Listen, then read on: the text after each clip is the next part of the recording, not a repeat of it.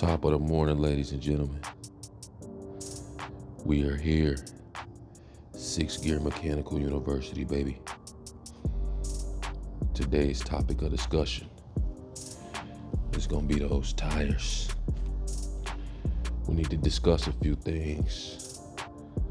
We need to discuss tire pressure, the importance of having the proper tire pressure, what can happen if you have too little air in your tire, what can happen if you have too much air in your tire. Ladies and gentlemen, we're going to go to the manual and see what the manual says this morning. We covered the chain. We covered the drive chain. The drive chain makes the bike go. Well, how important are the tires? The tires keep the bike up. The tires are the only thing connecting you to the road. You'd be amazed to find out how many people do not know what their tire pressure is. You'd be amazed to find out how many people don't know how to check the tire pressure. Well, that's what we're here for at Sixth Gear Mechanical University, baby. I'm Sixth Gear Cutlow. Let's get into it. We back at it, Sixth Gear Mechanical University. Today's topic of discussion is gonna be these tires, baby. And for today, I did something special. We got everything that we need to inflate the tires, all right? I got this on the link in the description. You can get that bad boy from Amazon for the low. You don't need all the super high-tech technical stuff. Then we also brought out some brand new tires so we can compare them to slightly used tires. We're gonna talk tread depth. We're gonna talk the life of the tire, the importance of checking the life of the tire, and we're gonna talk about PSI, how to fill these bad boys up for optimal traction. Now, the first order of business when you're dealing with the tires is you want to check the pressure of these bad boys, especially when it's cold. As you can see, it's cold as hell right now.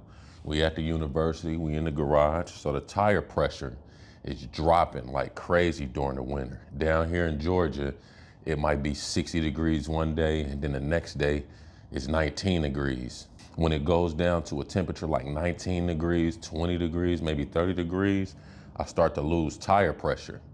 And if you don't check it, you won't know. You would think you set these bad boys on 35, for example, and a good cold day, good 2-3 cold days go by, and these things is at 30 PSI. So it's important to check it while it's cold, and I'm gonna show you how to do that right now. All right, so from the jump, what are the recommended tire pressures?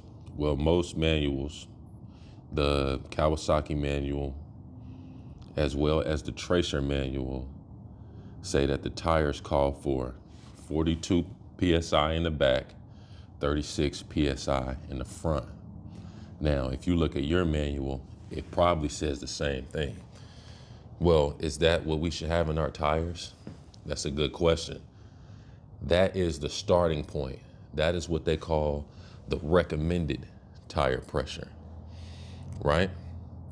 Now, my tires do not have that pressure. Why do they not have that tire pressure? Because the bike recommends certain tire pressure, but the different type of tires recommend certain tire pressure. These are Pirelli Rosso Corsa 2s. When I look online, they have a totally different recommended tire pressure than that in the manual of the Kawasaki. So for that, we go here. ZX10R, this tire pressure is recommended for the Pirelli Corsas. Now I have twisty tire pressure, which you can't see, which is supposed to be right here, and city tire pressure. Twisty tire pressure is a little bit low. Well, that brings up into the discussion, why do you lower the tire pressure in the twisties and have it higher in the cities? We'll discuss that one. Same thing here on the Tracer 9 GT. Twisty pressure is a little bit lower than the city. Let's discuss why. Now going back to the differences between too much tire pressure and too little tire pressure. The recommended tire pressure for a back tire, this is a back tire Road 6, calls for 42 PSI. 42 PSI, from my experience, is a lot of air in the tire. Now what happens is the more tire pressure you have, basically the more life you'll get out of a tire. But there is a sacrifice with this. So with more tire pressure comes less traction. With less tire pressure, less life of the tire, but more traction. It's kind of like the rule of thumb, right? So 42 PSI, which is recommended by Kawasaki and most bikes in the rear, is going to do very good as far as the life of the tire. See how this tire's profile is round here, and I'm going to show you this exact tire on that bike. But see how it starts off round. When you have a good tire pressure, the appropriate tire pressure, it'll keep this roundness because it's not flatter from less tire pressure. Less tire pressure makes this flatter, which increases the contact patch on the ground, which increases your traction. So over there where you saw, okay, in the city, he's riding a higher tire pressure, is because I'm not going too crazy on the corners. I'm not getting nifty in the twisties. So I can keep the tire pressure high and save some of the life of the tire while riding in the city. But when I go to the twisties, I'm leaning more off the bike and I need my traction to be a lot more than what it would be in the city, because I'm riding this part of the tire a lot and I'm putting pressure on this part of the tire instead of just riding like this. Now, if you go to a shop and you looked at used bikes, check out the profile of the tire. Some will be round, some will be flatter. A lot of people who ride their tires with less tire pressure have that flat spot here. As you know, when it's round here, it's easy to turn. It's easy to tilt the bike in on turns, right? And the contact patch is smoother on this side. When it's flatter, it takes more energy to turn the bike in. So tires are very important to the handling of the bike, and having the proper tire pressure is very important to the life and the handling of the bike as well. All right, now that we got a decent background of what a tire pressure should be, let's check the tire pressure on these bad boys and see if we're GTG, good to go. So I've been using this one here. They got many different ones on Amazon. I'll leave a link in the description so you guys can check it out. But this is your basic, portable tire inflator, and this thing works good. Let's see, let's get it on PSI. There we go. PSI right here. It's gonna give you the reading of the numbers. Right now it's at 0. Let's plug this bad boy in. All right. Now it's giving me the reading of the tire pressure, 33.5, which is decent, right? But what I like to have it on is 35 in the front, 35 in the rear. Now, how did I come up with this? Well, with my riding experience, I haven't really experienced a lot of tire slippage. When I ride 35, it gives me the ability to be able to ride in the city, but also take curves at a nice speed to where the tire is still gripping. So 35 for the front, 35 for the back works for me. But it depends on your riding style. You need to go out and ride some. A rule of thumb is if your bike can hold that line in the corner without you touching the handlebars, then your tire pressure is pretty good. If it doesn't hold the line, then you may need to make some adjustments. Now, moving forward to when to check the tire pressure and why to check it when it's cold. As the tire begins to run and moves on the pavement, it heats up. When it heats up, the tire pressure increases. Just like when it's very cold, the tire pressure decreases. So you're always supposed to check your tire pressure when it's cold. What do I mean by when it's cold? Well, you shouldn't be riding the bike for about 3 hours. Then you should check your tire pressure.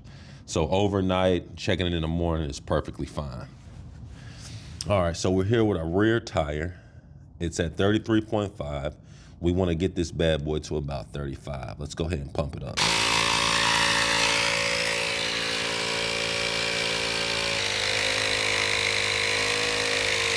Once it gets about here, I'll stop it. 34.5, a little more. All right, we on 35, right on the dot. Let's take this bad boy off. 35 means you're ready to roll. Now, we don't just want to rely on this. So what do? We come over here and get another device, right? This is not the digital one. This is a different one right here. It measures it different. This is going to measure the accuracy of this. Now, this is kind of overkill, but this is what I like to do just to know my tire pressures are in there like swimwear. So what we're going to do is connect this bad boy McCoy up and see what we get. Also, make sure you zero this bad boy out. It should be on 0, all right? Take the head of this, put it right there on the valve. Quick little tap. Where we at? Looks like we're a little bit lower than 35. So this one is a little bit off. This one is like, this one says we're at about 33.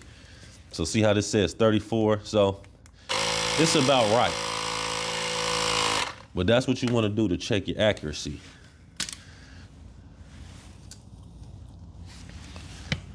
All right, now we put our valve cap back on there and this tire is ready to go. All right, I got this set up to where we're looking at the back tire of the Tracer 9 GT. Now these are the exact same tire, exact same size, all right? But this is a tire that I've had on here for a while. I wanna say like 1.5 years I've had this tire. Now, you can see where I plugged this bad boy at right here. Check out that episode on how to plug a tire. But as you can see, the tread depth is totally different from this tire to this tire. So you can see the wear, right? And if you look at the shape, the profile of the tire, this one is much flatter than this one. So what happens is when I put new tires on, the bike is dipping into the turns a lot more easy because of the profile, right?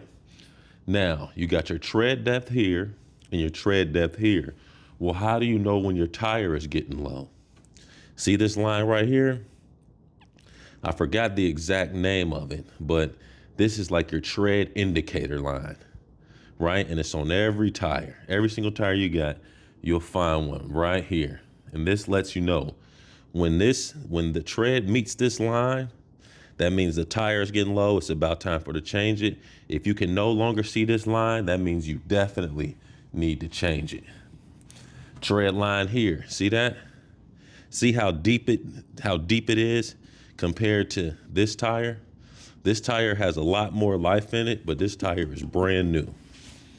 All right, let's check out some quick information on this tire that is going to be very useful for you when you're purchasing tires. Right here, see this 28-24? This is when this tire was manufactured, the 28th week of 2024. Why is this information so important? Well, they say after about 5 years, the tire is no good. You need to replace the tire after about 5 years. What happens when the rubber gets old, it starts to crack and it doesn't hold up as well, leading to different causes of the tire might bust or might malfunction while you're riding it, which could lead to a bad day. So this date right here is on every single tire. Let's check it on another tire. All right, so looking at the Kawasaki tire, this is the back tire of the Kawasaki. We see the date here, 1921. This was made the 19th week in 2021. It's 2025. I better get to using this because it's almost the end of the lifetime of this bad boy. All right, family, that's gonna wrap it up for today's class. It's all about the tires, baby. Remember this, if your tires aren't taken care of, you're not taken care of. The only thing that's keeping you from hitting the ground is these bad boys. Check your tires on a regular basis. You went through the MSF course. They taught you about T-clocks, where the T stands for tires. Check that pressure, get you one of these, get you one of the digital ones. Do whatever you gotta do. Make sure you stay monitored on it. Like I said, we got links in the descriptions for these bad boys. We got these Road 6s, best tires that I done had, all right? Ride safe out there. Check back in on the next episode. 6 Gear Cutlow. I'm gone. Peace.